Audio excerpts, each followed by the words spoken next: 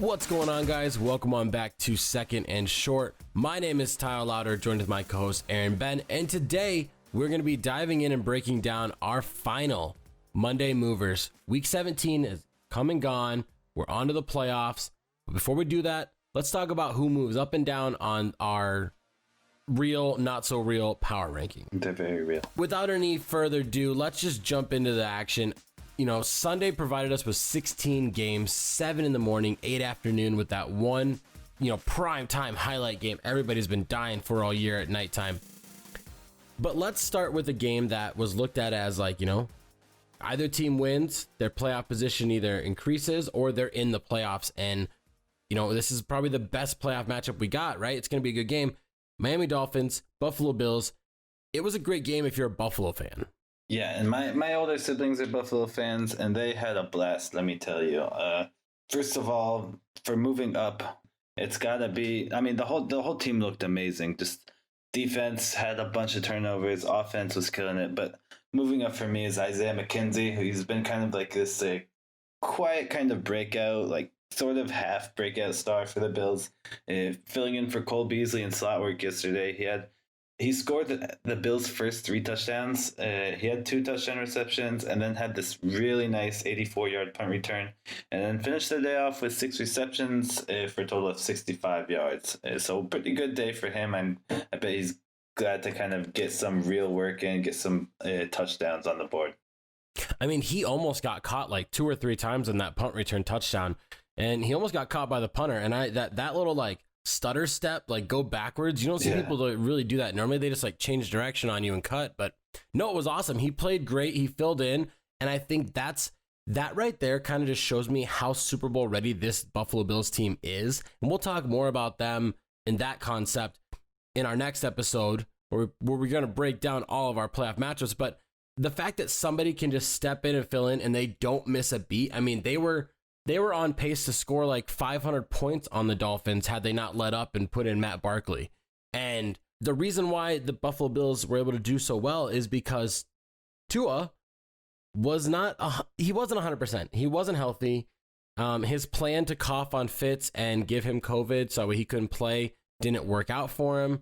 He didn't look very well here. 1 touchdown, 3 interceptions. He had 58 attempts, and I know he threw for over 300 yards, but there was a lot of poor throws out there yesterday. Yeah, and I think part of it falls on the coaching here. I think a lot of times during the game, it looked like they didn't really trust him to make any big time throws. They kind of called a lot of screen passes, a lot of stuff like that. I would hope that going into next season, they would try to give him some more reliable weapons and try to kind of shore up the offensive line, because this season he hasn't looked good dealing with pressure. And I think going into next year, I think that they'll be focused on building around him more and building up that trust with him as well. Yeah, and here's the biggest thing. I know Miami fans are upset and devastated today. You know what? You were a rebuilding team. You had the number 5 pick last year in the draft, and you won 10 games this year. That is a huge overachievement in all of our eyes. And I think this Miami team, with a couple more pieces, a couple more finishing games, and they're going to be in the playoffs next year for sure, because there's always a tumble.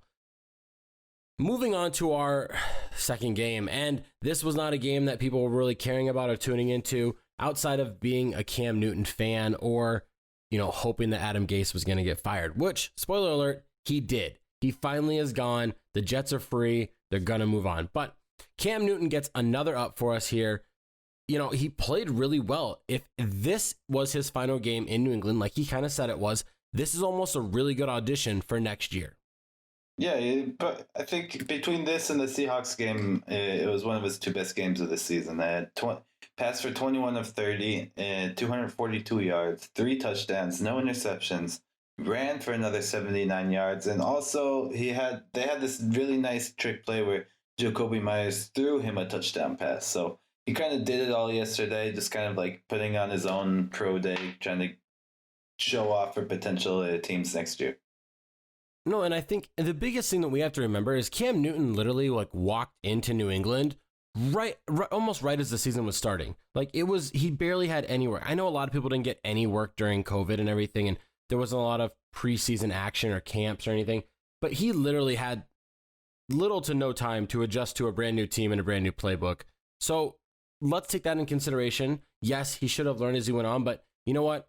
He had over 12 rushing touchdowns this year, which is good for like second place all time for quarterbacks rushing touchdowns in a single season. And I think he played really well here, and he gets a huge up for us. And I think he might earn a starting job or a competition job going into next year. From one quarterback to another, though, Sam Darnold gets a down for us here. All year, all we've been saying is what? It's Adam Gase's fault, right? That's all it is. It's bad coaching.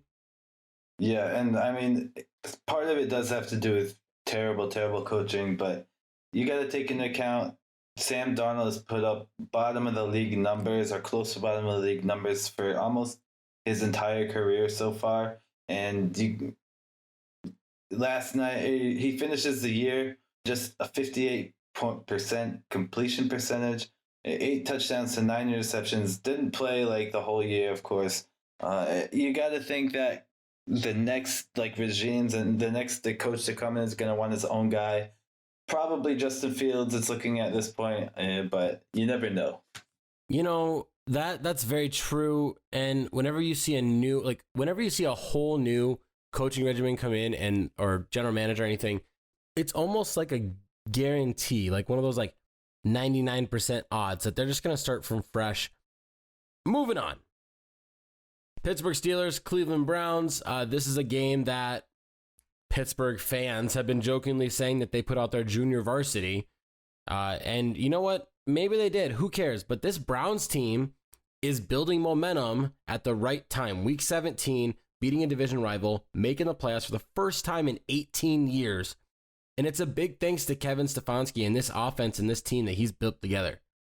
And it's crazy that with all of the coaches that have come through Cleveland the last 20 or so years, he would come in and in his first year take them to the playoffs. Granted, they had already started building a very strong roster, but it's just been really impressive how the team's they've been more disciplined. He's gotten Baker on this hot streak towards the end of the season. He's only looked better as the season's gone on.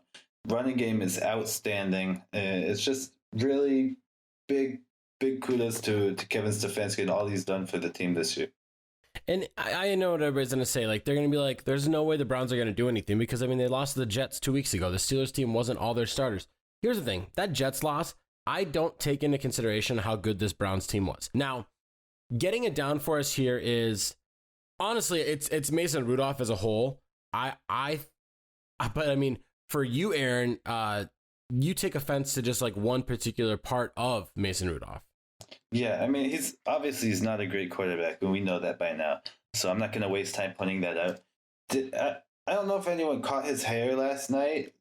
Every time he took off his helmet, he has first of all, he has a stupid face, and then his hair. It looks like he had had gelled it down. He was in his emo phase back in high school, but without the pink highlight. It was just matted down. It looked like on Scrubs when he invents the hair mitt, and then it just looks like he put a helmet as his hair on his head. I don't know how to explain it. It was ridiculous, and it was easily the worst part of that game for me. And honestly, if we're talking and we're being real here, I don't understand why this team values him over Joshua Dobbs. I think Joshua Dobbs gives them a more mobile quarterback, clearly, which can make him more dynamic and can help out this offense. If they're going into a situation where they're playing backups on purpose, I think that's the way to go. I agree. I think Mason Rudolph is a roster spot at best. Realistically, he could be a pretty good starter in the new XFL coming out, but that's as far as it goes. Now, staying in the division, which is the best division in the football right now based on record, 3 teams over 11 wins. The Baltimore Ravens, their run game is dangerously good. Big thanks to Lamar Jackson. Back-to-back 1,000-yard seasons. This team ran for 1,000,000 yards yesterday.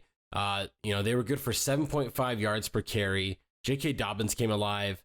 That dominant run game is scary, and if they can keep their defense from, allowing points and get some turnovers, they could make a Super Bowl run. But talk about their rush offense.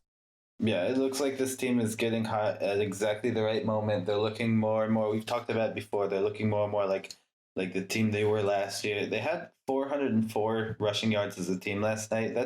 Those are college numbers. 7.5 yards per carry as a team is ridiculous.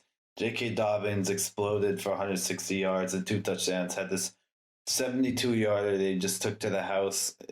The whole team just Lamar barely had to throw the ball. They were just running at will all over the Bengals defense. Yeah, and I think getting hot at the right time. I mean, they went 4-0 in December. Now they're 5-0 in the past 5 games, and their run offense just keeps getting better every game. It is crazy to think that this team is a wild card at this point. Now, I'm going to let you lead off on this. They destroyed the Bengals, and you take back everything you said last week, right? Yeah, last week I was kind of jerking off all over Brian Allen. I loved watching him bomb it deep downfield every play. Yesterday against an actual good defense, he went 6 of 21 and 2 interceptions, and that's it. So Brian Allen kind of disappointed me. You did it again. Whenever a quarterback has a bad performance, you change their first name. His name's Brandon Allen, and that's hilarious. Like, you did it last week after Goff had a bad week, and you called him Jeff Goff. Because we could just make no, that a thing. I'm going to make that a thing. That's our thing. That's the thing. Yeah, if you have a bad quarterback day, like, your name's going to change. You lose your name. But no, he kind of showed why he's a backup and nothing more. Nothing surprised here. Ravens have a better defense than the Bengals do offense. Joe Burrow makes his team that much better. He's a better quarterback. We know this stuff. So let's move on to a game that at the time was going to determine who won the NFC East pending the Sunday night game. But winner of this game was going to be in the lead of that division with a nice either 7-9 record from Dallas or a 6-10 record from the Giants. And the Giants get it done. But there's nothing really memorable. I mean, Sterling Shepard played pretty well. I thought the team as a whole was kind of moving, but they didn't look like a team that I would want to even see in the playoffs that could even really do anything. Dallas Cowboys, though, they get an up and a down from us. Greg the Leg. Yeah, just a real quick up here. Nothing too much to talk about. If Greg Zuerlein went 4-4 on field goals with a long field goal, 57, it looked about the only real consistent, steady player on the Cowboys. The down for me is Zeke Elliott, and I know he hasn't had a terrible season. He went just over 900 yards on the ground, 5 touchdowns, added a couple more through the air. It's not bad, like I said, but when Dak goes down and you're paying Zeke that much money for that many years, you would expect him to come in and kind of take over the team. Kind of like Derrick Henry or Dalvin Cook or one of those really electric game-changing running backs, and he just hasn't done that. He's been quiet the entire year, and I know he finished 8th in the league in rushing yards, but it just feels like we haven't heard from him the entire year, and it's been kind of disappointing from a player that has that kind of big reputation. I mean, yeah, we even saw it last year with Carolina after Cam Newton went down, and they had Kyle Allen as their starting quarterback. Christian McCaffrey still had a 2,000 total yard season. Exactly. He put the team on his back, though. And that's exactly what you need from Zeke. And a couple years ago, there was a huge, 2-3 years ago, there was a huge debate on who's the more valuable to the team. Is it Zeke or is it Dak? And I think the more Dak is gone, that guy, honestly, I know we don't give awards to the guys that are we might even do this, but the NFL doesn't give awards to guys that don't play. Dak might be the most valuable player in the NFL right now. He honestly might be, because this Cowboys team won 6 games. If Dak was there, I bet they're a 10-win team that we predicted in our playoff predictions preseason. That's how good of a quarterback he is. But moving on, Tampa Bay Buccaneers ripped apart the Atlanta Falcons. They were who we thought they were, and it's exactly what it is. The Atlanta Falcons they're done. The team that they used to be is done. I don't see this team as being able to compete in the NFC or the NFC South anymore. They need to move on. If they will, who knows? And talking about an up here is on the other side is Tampa Bay. Mike Evans went out early in that game. To me, I thought he tore his ACL. News came out later on the day, not a major injury. He's avoiding a serious injury there. That's good. But when he went out, Mr. Big Chest came on in and played well. Yeah, and ever since he signed with the Bucks, he's been slowly getting better. He's had at least a touchdown over the last 3 games. Finished today with actually 2 touchdowns. He had 11 catches, 138 yards. And what's ridiculous about this Bucks team is that they legit have like 3 number 1 receivers. Like Chris Godwin on a lot of teams would be a number 1 receiver, and in my opinion, he would dominate. Mike Evans is one of the best receivers in the league, and Antonio Brown, like we remember who he was on the Steelers. He's slowly getting back into that form. So this going into the playoffs and in the next year, if they hold this core together, it's going to be ridiculous.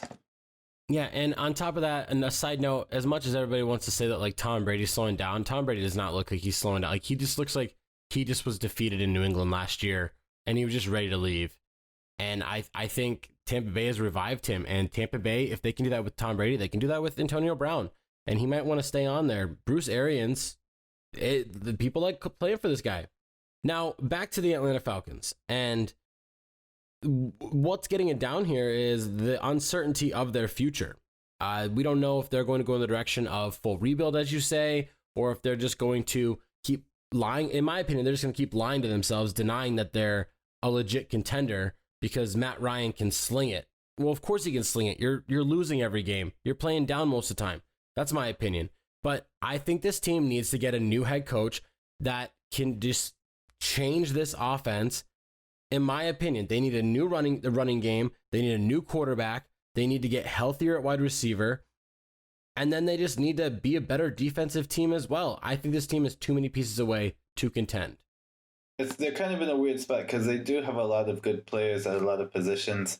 But in the end, Matt Ryan has got a big contract. They might be looking to offload him. Maybe not next year, but maybe they draft a quarterback this year and let him sit for a year and then offload Matt Ryan the next year. I do think it's looking like they're heading towards a rebuild. All right, Minnesota Vikings, Detroit Lions. Although neither team could make the playoffs, they are playing for draft position, as I like to say. Where the loser gets to benefit the most here. Winner gets bragging rights, and that's it. But this actually was one of the best games of the day.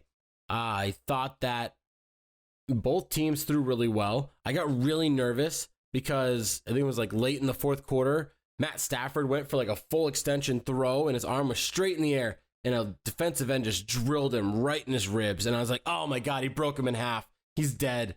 Like, I was so scared. But he got up, he kept playing. But talk about Stafford and Cousins, how well they did. Yeah, and Stafford, that guy has no quit in him. I just really admire how tough he is. But both of those quarterbacks combined passed for just about 700 yards together. 6 touchdowns, just 1 interception between them, and that was by Stafford. And it was just, it was like you said, a really fun game. Justin Jefferson went out there, broke the rookie receiving record set by Anquan Bolden. Marvin Jones had a big game, 8 catches for 180 yards and 2 touchdowns. It was a really fun game. Every time Red Zone switched there, it seemed like there were more points on the board. Someone else had just caught a long ball. It was really fun to watch. Yeah, it's pretty cool. It's like, well, Justin Jefferson broke that record overall. Randy Moss was sitting at number 2 on that prior to that. And essentially what he did is he broke a franchise record, and then later on in the game broke the rookie receiving record. And while he was doing that, he was wearing cleats that were like honoring Randy Moss, who is like one of his idols, he said. And I think that's a really cool nod right there. I think that's the best way to break somebody's record, is to honor them and pay respects to them while you're doing it, because it's showing like why you're pushing yourself so hard. And big ups there. And honestly, oh man, getting it down is just this defense. I don't get it. This team plays well at times. They hold playoff teams to, low amount of points, and they can hang in there with anybody. But unfortunately, this Lions team will never be able to win if they can't stop teams consistently. And it's crazy. Just a quick word. They led up the most yards in franchise history. That's even more than the legendary 2008 winless team. So we're talking historically bad here for the Lions defense. Look for them to, if they keep Matt Stafford, keep this offense going, they're going to need to revamp that defense. I think going the Carolina strategy of going all defense in the draft might not be a bad idea for them. Spend that money. and go get somebody to stop giving up so many damn yards. All right, week 1, we had an anomaly. We had one of those things that we said, it's week 1, whatever. It doesn't matter. This doesn't really count. Jags beat the Colts. And then, late in the fourth quarter, it was 14-20. The Jags almost came back to beat the Colts. However, Jonathan Taylor put the team on his back and rushed his way 253 yards, 8.4 yards per carry. He had a couple touchdowns along the way. And, because of his big playability, he helped the Colts get in the playoffs. Yeah, and watching the little ticker at the bottom while I was watching the Titans try their best to lose against the Texans, you just saw the Jaguars. It seemed like forever. It was 14-20. Jaguars had the ball, and then you just thought they were going to score at any minute, and then suddenly you see Jonathan Taylor breaks off a 45-yarder towards the end of the fourth quarter that just basically sealed the game and sealed the wild card spot for the Colts. And so big ups to Jonathan Taylor. Love the guy. He's from Wisconsin. Had a great game this week. Got over 1,000 yards as well. Yeah, and getting it down here, it's not really down, but just something to note. Let's note this, is that there are lots of rumors going around Jacksonville that potentially Urban Meyer, maybe Kevin Williams, Ohio State offensive coordinator, are speculated to be the next head coach of the Jags. And with that, there's going to be rumors of Justin Fields. And I think with the way he played, out-dueling Trevor Lawrence in their semifinal matchup, I think that's going to start swaying people. And we might be in a situation where a team at the number 1 pick makes the biggest mistake ever. And who knows? Time will tell. But something to keep note on. Let's keep an eye on Jags watch for their next head coach and the rumors of the number 1 pick. All right, Titans. All you got to do is win your game. You win your division. Pretty simple, right? You just got to beat the lonely Texans. They got 4 wins on the year. No big deal. You're good. And then the Texans came to play. Deshaun Watson showed just how good he is. And if it wasn't for Derrick Henry getting over 2K, this Titans team was in trouble. But let's talk about Derrick Henry. Maybe Offensive Player of the Year. Yeah, 8th player in NFL history to go over 2,000 yards rushing in a season. He needed 223 yards coming into the game because he had kind of a down week last week against Green Bay. And then I kind of had made peace with the fact that he wasn't going to get 2,000. I was more the win was more important. Getting in the playoffs was more important. And then at halftime, you see he's at 115 yards up. And you're like, all right, maybe you can do it. Ended the game with 250 yards. That's the 3rd game in a row against the Texans with 200-plus yards. Going back to last year, absolute monster of a game, absolute monster of a player. And personally, if I'm being super unbiased, I would pick him for Offensive Player of the Year. No, and I don't think that's a really bad pick there, because I really think that he legitimately is the Offensive Player of the Year. I think you could make an argument for somebody like Devontae Adams or Travis Kelce if you don't go quarterback as well, as they excelled at their positions. I think this year that this might be one of the closest Offensive Player of the Year races we've ever had, just because there's so many guys that outperformed projections and expectations. Now, getting it down for the Texans, I feel like we do this every week. It's been 3 weeks in a row. This Titans defense is last in the league. They've only had 15 sacks all season. And the Texans gave up 4 sacks to a team that literally does more than 25% of what they did all year. They did it in 1 week. Watson, if this guy I don't understand. They traded for Laramie Tunsil. They spent money to get an offensive lineman. Deshaun Watson, if he has time, they could dominate, I feel like, with how good this offense can be with him. But he's pressured the whole time. Right, and Tunsil wasn't playing last night with an injury, but still, all season he's been under pressure. And this is just kind of like the season in a nutshell. Deshaun Watson getting constant pressure against a team who's known for not getting pressure. Run game wasn't getting anything done. Basically, their entire run game was 2 big runs on 1 drive by David Johnson in the 3rd quarter. And just a really terrible showing by the Texans' offensive line in general. Moving on to a rivalry game, we had the Las Vegas Raiders, Denver Broncos, and this game was pretty fun. There's a lot of good things going on. It picked up in the second quarter or second half. more say, and the Raiders come away with the win at the very end. And, you know, last week for Denver, there's a lot of people that were shitting on Jerry Jeudy, and I was believing it was Drew Lock's fault. But they were saying Jeudy made some couple drops that would have made a huge impact on the game, and he should be catching those passes. He makes millions of dollars, you know. But Jerry Jeudy came out and he balled out, man. 5 catches, 140 yards, including a huge 90-plus yard touchdown late in the fourth, which gave the Broncos a lead. I mean, it doesn't necessarily make up for his 5 drops last week, but it gets, I mean, kind of. Yeah, in his mind, it probably kind of lifts his spirits a little bit, finishing the season on a positive note there. You know who else is finishing the season on a positive note, and they shouldn't be, is the Raiders. And they get it down from me just for the fact that I see like a bunch of tweets saying the Raiders managed to avoid their 4th straight losing record by going 8-8, and that's just kind of pathetic. John Gruden was brought in to change the culture and turn the team around, and what's it been, like 2 seasons in a row where they started 6-3 and missed the playoffs? Yeah, man, they're just riding a high early on. Yeah. I think John Gruden's kind of, if he's not on the hot seat next year, his seat's definitely starting to warm up, and they got to see some changes going forward. No, I agree, and I mean, here's the thing.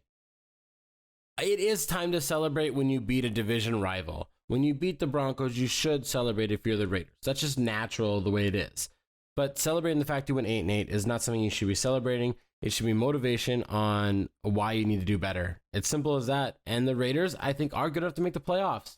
I really do. I think the AFC was just kind of stacked this year. I think the AFC is super deep. And I think, honestly, if we're looking at like best 14 teams as the playoff nature is this year, I would say that probably 8-9 of those teams are in the AFC.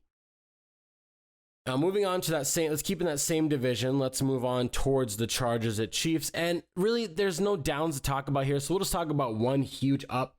And the reason why there's no downs here is because the Chiefs took a week off. I mean, they had the number 1 seed locked up. They're giving all their starters 2 weeks to rest and recover. But getting a huge up for us here is record breaker and probably offensive rookie of the year. Not probably, he is. Justin Herbert. Talk about everything this guy has done. I feel like we talk about him every week, but it's kind of justified in my opinion because he has just been on fire the whole season. Had a couple bad games, kind of down games that you expect from a rookie, but he finished the season with over 4,300 passing yards, 31 touchdowns, just 10 interceptions. That's a rookie record for total touchdowns, completions, 300-yard games, and he was just 39 yards short of the yardage record. So really just absolute home run of a pick. You gotta be, if you're a Chargers fan, you gotta be excited going forward. We've talked about it a lot, said a lot about Justin Herbert and like the Chargers' future, but just gotta say it again, offensive rookie of the year. I agree with you. And it's not just the fact that he broke all these records and you're happy that you got him and everything when you got him, but I mean, they rattled off 4 wins in a row in games that they kind of came back to win, or they dominated here against the Chiefs secondary unit. But still, rattling off 4 wins to end your season is a huge thing because it gives a boost to this team going forward. Now, from one guy that's probably going to win an award to another guy that's probably going to win an award. Green Bay Packers, Chicago Bears, Bears win, they're in. Or if they win and Cardinals lose, they're in. But either way, they have 2 opportunities to get in. And this game was close for a while. The Bears looked good out there. But, this Packers team, they just know how to win. They keep games close when they need to. And when they need to break away, they just do. Aaron Rodgers, potentially, depending on how the offices vote, how they vote, I could see Josh Allen sneaking in, is the MVP of the season. Mahomes is out this week. It kind of gives him the edge, right? You'd have to think so, and there's a good argument to be made for Josh Allen as well. I think he's just had too many turnovers when compared to Aaron Rodgers, throwing a bit more interceptions. He was more reckless with the fumbles, especially early in the season. And not trying to downplay Josh Allen's season at all, but Aaron Rodgers has just been as close to perfect as you can be as a quarterback this season. For example, yesterday, 5 incompletions, 4 touchdowns, no interceptions. I mean, I really can't see anyone else winning it at this point. It's going to be interesting to see where they go. They don't give out the MVP right away, so we could I don't know. If the Bills lose, I feel like that's going to be an obvious case. But if Buffalo keeps stomping teams and Green Bay gets bumped early, we could see a change of guard there on how the votes go, because they always take in the playoffs sometimes, which is ridiculous. But and the Bears, they kind of just stumbled into the playoffs. Like, thankfully, Arizona was able to lose to teams like Carolina, Detroit, and the Rams without Jared Goff. Even though we kind of dogged on them last week, that's what they did. They lost to two teams that are going to be drafting in the top 8, and they lost to a team that had no quarterback playing. And the Bears lucked themselves into a situation. Yeah, it's kind of weird grading a team making the playoffs as a down, but you just kind of fell ass backwards into the playoffs. I don't think anyone is expecting them to go and win a game or, no less make the Super Bowl. What's bad about this, in my opinion, is that there's rumors of Trubisky playing well enough to earn another contract with the Bears, which I think is a huge mistake. I think we've seen exactly what Trubisky is, and I don't think he's going to be the answer going forward. So I think that's kind of like the long-term consequences of them making the playoffs this year. New Orleans Saints, Carolina Panthers. Saints offense looked good. They were all doing really well. Panthers quarterbacks didn't look great. They just didn't play well.